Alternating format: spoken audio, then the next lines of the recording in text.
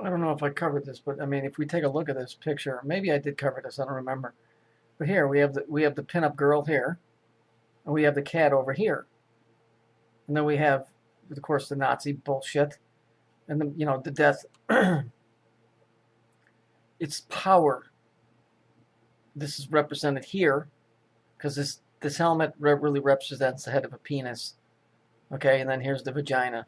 Okay, and here's the electrical. It's called a pussy on a woman and a pussy cat for a reason, because it's a cation. This place was set up for power. We're off the grid of the big grid. That's the being cut off from God. We're a self-sustaining planet that's dying. The magnetic energy or the resonance of this planet is being sucked out by Saturn. That's what's going on. The magnetic north, I can tell you as a pilot, keeps drifting because the magnetic resonance of this planet is dying. People are like little extension cords that are feeding off of us just by being alive. But you can't tell people to sustain this place, you got to go. So what happens? They make wars, they make diseases. Okay, that's how that works. It has nothing to do with the food. It has to do with the energy consumption of people just existing. And the star that's inside, that's creating the energy, is dying.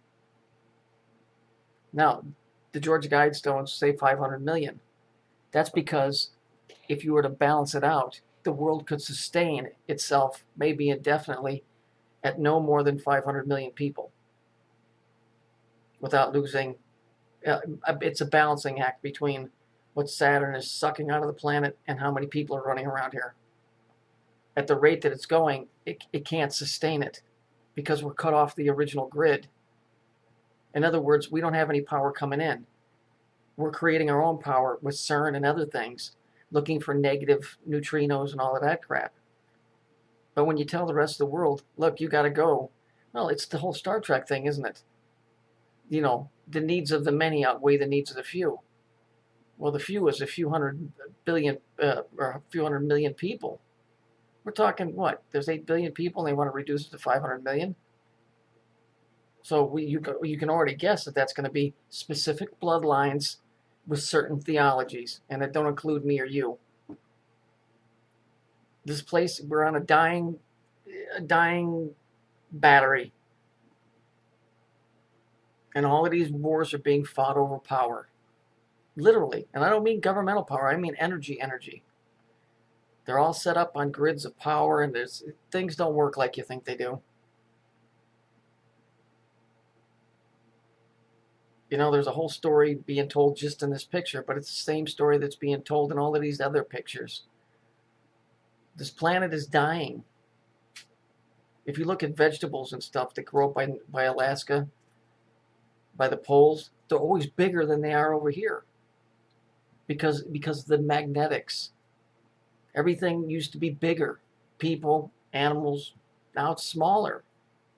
Because the magnetic resonance, I don't know how to put it in the correct form that you'll get it, but it's like mini-me with Dr. Evil or Horton Hears a Who. It's like everything gets smaller. Everything is getting smaller. We're a dying planet. You can't just go tell people we got to off you so we can survive. So you have to make up boogeymen. We're cut off from the original system. They like to say that they're heroes by cutting us off. I don't know. We've been through this before. You know the story. This broad and this cat are the same thing. Here's death. Here's the dickhead. Here's the woman's vagina. It's all there.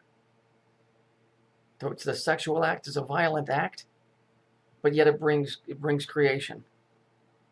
That's how they justify wars. Yeah, we wiped out a shitload of them, but look, we get to start all over. We bombed the fuck out of Nazi Germany, and what do we do as soon as it was over? We rebuilt them. Got all brand new buildings. Sex is a violent act.